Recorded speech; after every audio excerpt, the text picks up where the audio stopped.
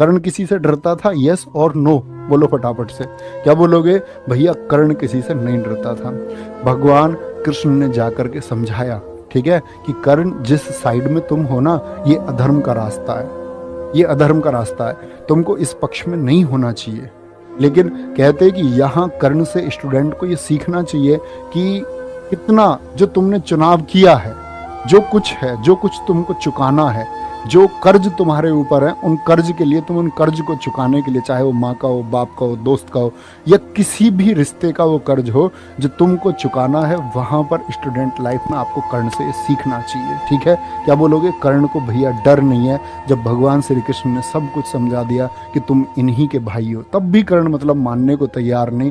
तब कर्ण की कुछ लाइन है बच्चे, और अपने जीवन में तुम एक बात याद रख लेना, अगर तुमने सोचा है कि तुम कॉम्पिटिटिव एग्जाम पास करोगे, कि कॉम्पिटिटिव एग्जाम तुमको पास करना है, तो तुमको उस हौसले से डिगना नहीं। डिगने का मतलब है कुछ भी स्थिति आ जाए। अभी एक बच्चा मिला मुझे, इसका बच्चे क्या नाम था ना, हाँ शिवम शर्मा, एक बच्चा मिला हमारे यहाँ पड़ोसी गांव का। अभी सुनो, उसने बताया एसएससी जीडी में उसका बच्चे का स्कोर लगभग 140 के आसपास है।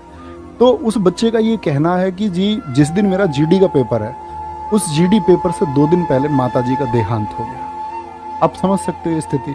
बोला जी पिछला जीडी भी देना था, तो पिछले जीडी में भी मम्मी हॉस्पिटल में थी, तो मम्मी ने इस बार ये मुझसे बोला था कि तुमको, तुम्हारी नौकरी पहले भी लग जाती और इस बार तुमको नौकरी लगना है। कह रहा कि भैया मम्मी ये एक्सपायर हुई है 2 दिन पहले, मैं पेपर देने गया हूँ।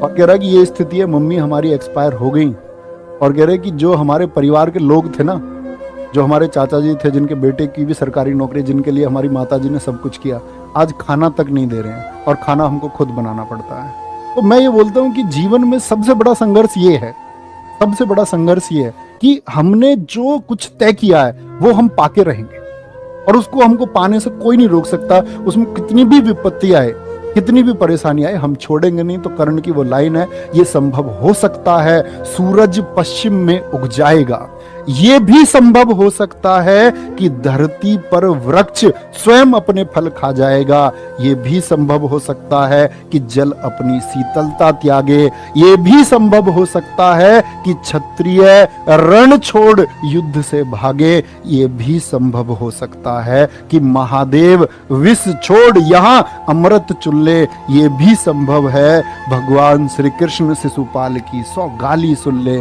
ये भी संभव है।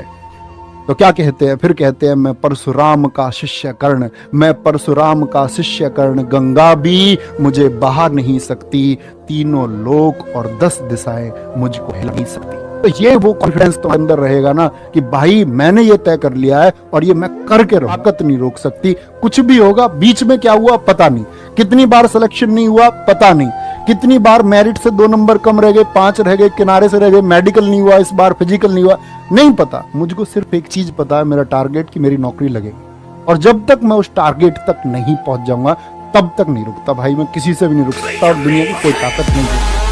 ये वो चीज तुम्हारे अंदर जब आ जाएगी ना, तो बच्चे कोई नहीं रुक पाए।